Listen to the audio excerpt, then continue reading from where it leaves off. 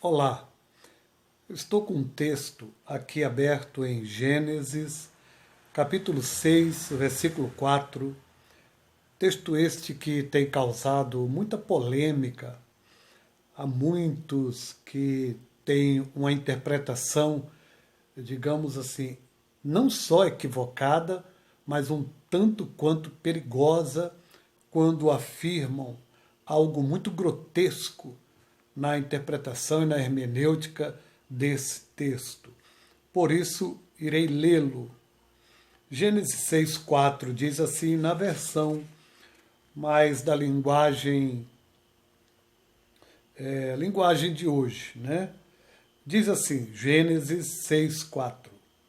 Havia gigantes na terra naquele tempo, e também depois, quando os filhos de Deus tiveram relações com as filhas dos homens, e estas lhe deram filhos. Esses gigantes foram os heróis dos tempos antigos, homens famosos. Você entendeu isso aqui? Havia gigantes na terra naquele tempo, e também depois, quando os filhos de Deus tiveram relações com as filhas dos homens, e estas lhes deram filhos. Esses gigantes foram os homens do tempo antigo, homens famosos. Ok? Vamos lá. A grande questão é a expressão filhos de Deus. Essa é a grande polêmica. Mas nós vamos começar aqui explicando acerca dos gigantes. Primeira questão. Os gigantes passaram a existir quando? Após as relações dos filhos de Deus com as filhas dos homens, ou os gigantes já existiam? Os gigantes passaram a existir só após a relação dos filhos de Deus com as filhas dos homens, ou os gigantes já existiam? Observe o texto. A Bíblia diz que os gigantes já existiam. Os nefilins já existiam. Em alguma versão bíblica, chama-os de nefilins. Olha o texto. Havia gigantes na terra naquele tempo. Aí o texto completa. E também depois, quando os filhos de Deus tiveram relações com as filhas dos homens. Isso é até para justificar que as relações dos filhos de Deus com as filhas dos homens deram continuidade a esse nascimento ou surgimento de mais gigantes que já havia. Primeiro ponto, olhe para o texto e vamos deixar de balela. A Bíblia, ela vai falar em mais 7 textos sobre gigantes. E isso depois do dilúvio. Esse texto que nós lemos em Gênesis 6,4 é antes do dilúvio. E nós vamos ler mais vários textos, pelo menos mais 7 textos que vão falar de gigantes depois do dilúvio. E que não há nenhuma polêmica quanto à existência deles. Nós temos os filhos de Anak, nós temos os gigantes Emins, nós temos o gigante Sipai, nós temos o gigante Gat, que tinha 12 dedos nas mãos, 12 nos pés, né? Nós temos o gigante Golias, nós temos o gigante Ibis Benob, não é? Em 2 Samuel. Nós temos o gigante Og, rei de Bazã, que a Bíblia diz que a sua cama media 4,5 metros de comprimento por 2 de largura. A cama de ferro deste homem, que era rei.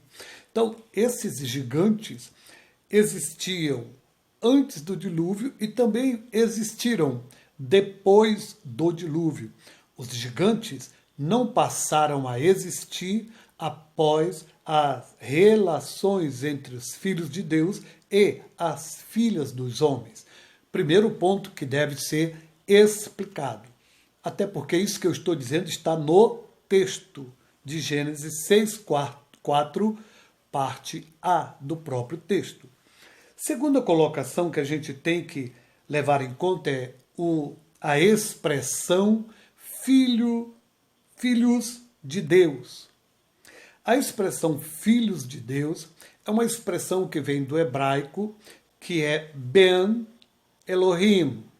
Ben Elohim é uma expressão que fala de filhos de Deus, que ela é usada dependendo da circunstância e do contexto. Ela é usada para homens e é usada para anjos.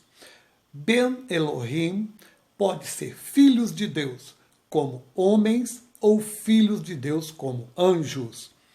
Nós só vamos encontrar essa expressão filhos de Deus referente a anjos no livro de Jó, somente.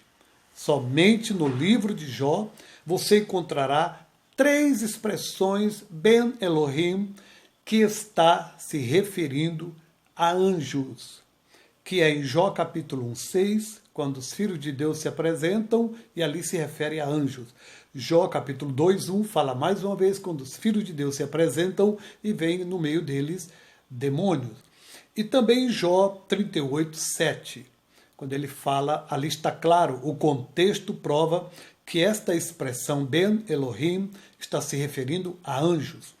Mas a expressão de Gênesis 6:4, quando ele fala os filhos de Deus tiveram relações com as filhas dos homens, esse texto aqui não se refere a anjos. Não se refere a anjos. Por que não se refere a anjos? Porque em Gênesis 6:4 é com o nascimento de Enos, filho de Sete, que se passa a invocar o nome do Senhor.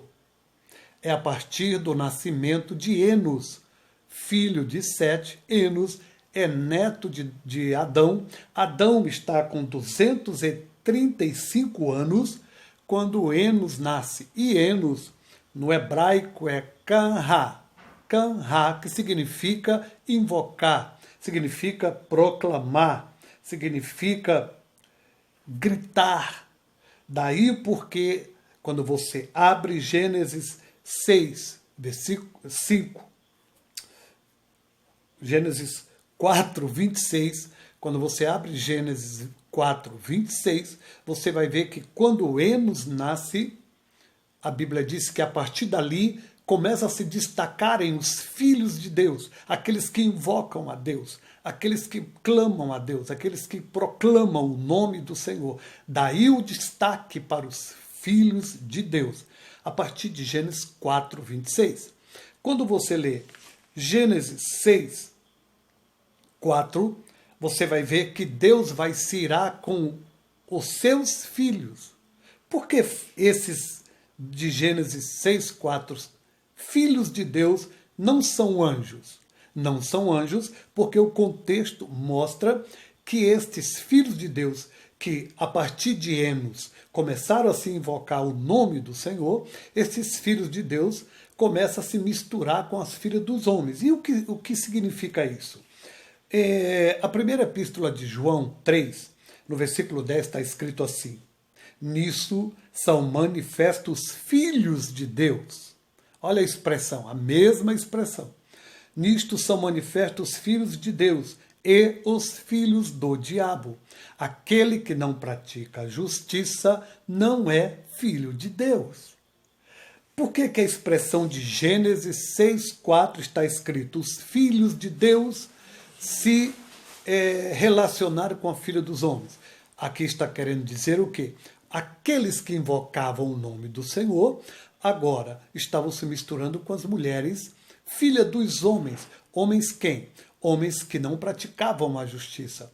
Aqueles que não eram considerados filhos de Deus, que não invocavam o nome de Deus. Porque a Bíblia diz em João 1,12, mas a todos quantos o receberam, olha a expressão de novo, deu-lhes o poder de serem feitos filhos de Deus. Veja que essa expressão, filho de Deus, nós vamos encontrar ela mais 12 vezes por exemplo.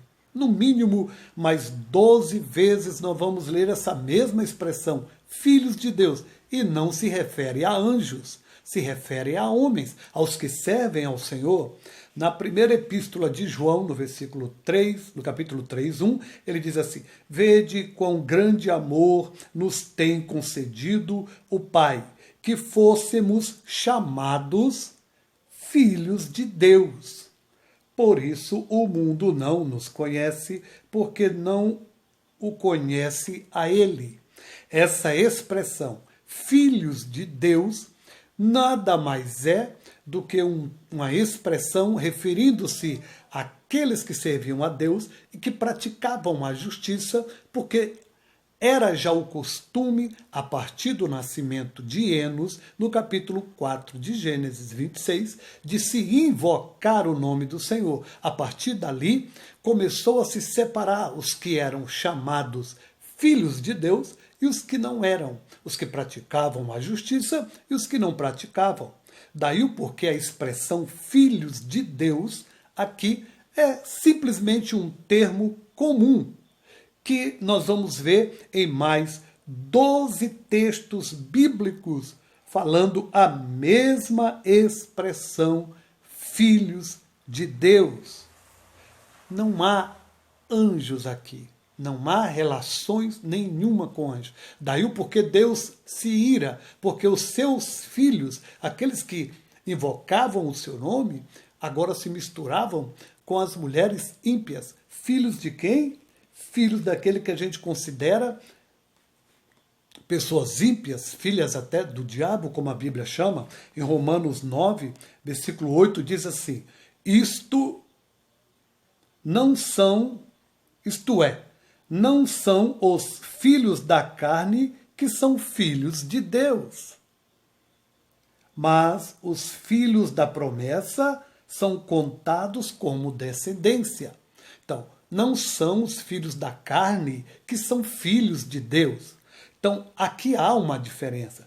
Quando lá em Gênesis 6,4 diz que os filhos de Deus se relacionaram com a filha dos homens, eles apenas estão dizendo, aqueles que eram de Deus se relacionaram agora com os filhos da carne, ou com aqueles que não tinham nenhuma prática de justiça, considerados até filhos do diabo, com estes, os filhos que serviam a Deus, da geração de Adão, do povo a partir de Enos.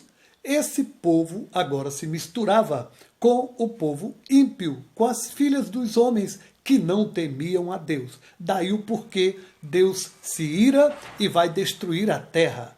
Capítulo 6 de Gênesis, você vai ver que Deus já vai dizer: eu vou destruir a terra e os dias dos homens não serão mais do que 120 dias. Não há que se fazer polêmica nisso. Não há polêmica nenhuma. O termo filhos de Deus, nós vamos ler 12 vezes mais em toda a Bíblia, referindo-se apenas a homens. Apenas a homens. E o contexto de Gênesis 6 está referindo-se a homens. Eu pergunto a você, você acredita mesmo que anjos de Deus se relacionaram com mulheres na terra? Você acredita mesmo nisso? Para um pouquinho e reflete. Pensa um pouquinho. Anjos de Deus relacionando-se com mulheres na terra? Você acha que anjos de Deus fariam isso? Não, aí você vai dizer para mim, não, pastor, não eram anjos de Deus, eram eram demônios, anjos caídos, espíritos ruins. Era. Então, porque o texto de Gênesis 6 diz filhos de Deus, não estaria esse texto errado? Se são anjos caídos, por que a Bíblia não estaria escrito anjos caídos? Ou demônios? Ou espíritos? Por acaso a Bíblia estaria errada? Como você consegue colocar isso na sua mente, que anjos de Deus tiveram relações com mulheres na terra? Se não eram anjos de Deus e eram demônios, por que a Bíblia estaria escrito filhos de Deus? Por exemplo, anjos caídos são filhos de Deus? Nós não já lemos aqui textos dizendo que os filhos de Deus são aqueles que praticam a justiça? Nós não dizemos aqui que em João 1,12 ele diz, aqueles que creram nele, deu-lhes o poder de serem chamados, o quê? Filhos de Deus. João, primeira epístola de João 3,1, ele não diz, vede quão grande amor nos tem concedido o Pai, que fôssemos chamados filhos de Deus. Por isso o mundo não nos conhece, porque não o conhece a ele. Filhos de Deus só pode ser chamado aqueles que creem no Senhor e que praticam a justiça do reino. Logo, se aquela expressão filhos de Deus em Gênesis 6,4 não pode ser para anjos caídos, não pode ser para demônios. E o contexto não aponta anjos de forma nenhuma, mas homens, como já disse, em toda a Bíblia, mais 12 versículos vão mostrar essa referência, essa mesma expressão, Ben Elohim, para homens, filhos, homens, pessoas apenas, e não anjos. Mas eu poderia fazer mais uma pergunta a você. Você sabe o que são anjos? Você já parou para se perguntar o que são anjos? Hebreus capítulo 1,14 diz que anjos são espíritos ministradores. Anjos são espíritos. Entendido isso, então vem a segunda pergunta. Se eles são espíritos, você acredita mesmo que espíritos tenham espermatozoides para procriar? Pensa um pouquinho, pensa comigo. Anjos são espíritos. Então, espíritos são capazes de produzir espermatozoides e procriarem? Isto é impossível. Impossível. Anjos são espíritos. A única pessoa que criou um homem do pó foi Deus. E depois deu ao homem o poder de procriar junto à sua mulher. Só o homem, só a carne tem espermatozoides. Somente a carne. Por mais que um anjo se transfigure com a forma humana, ele não é carne. Ele não tem poder, capacidade de criar espermatozoides para procriar.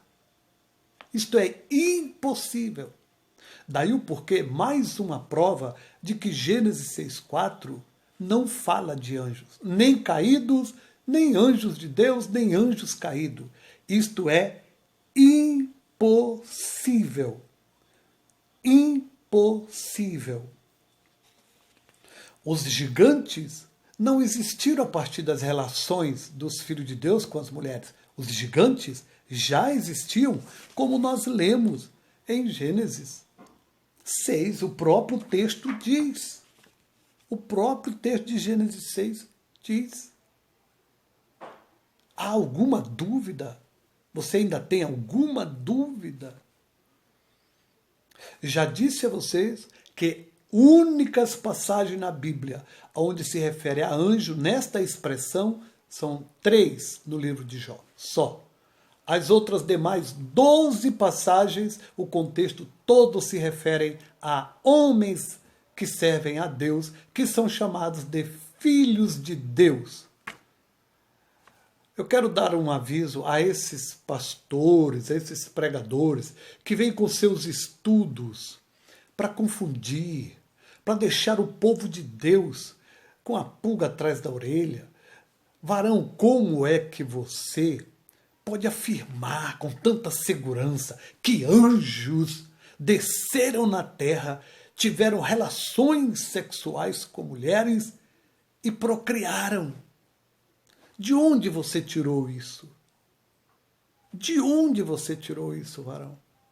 Hein, pastor? Não faça isso, irmão. Não faça isso. Se depois desta explicação você ainda quiser continuar com o seu pensamento equivocado, é problema seu. Mas você está cometendo um equívoco muito grande, muito sério e grave. Anjos nunca procriaram e jamais procriarão, porque não foi dado a eles essa tarefa.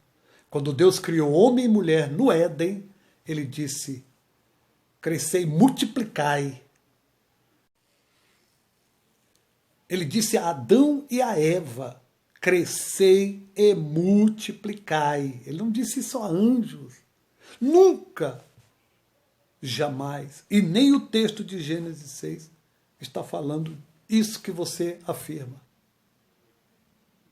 Por isso, deixemos de balela. Vamos pregar o evangelho da verdade. Você precisa da revelação do Espírito para você falar de Bíblia, meu amado. Não basta ter teologia, não basta ter livros, metodologias, dicionário, conhecer o hebraico, o grego, não. Mais do que isso, é preciso a revelação do Espírito. Ok? Medita neste vídeo, veja mais outras vezes, para você jamais ficar com balela e explicando textos equivocados. Deus abençoe.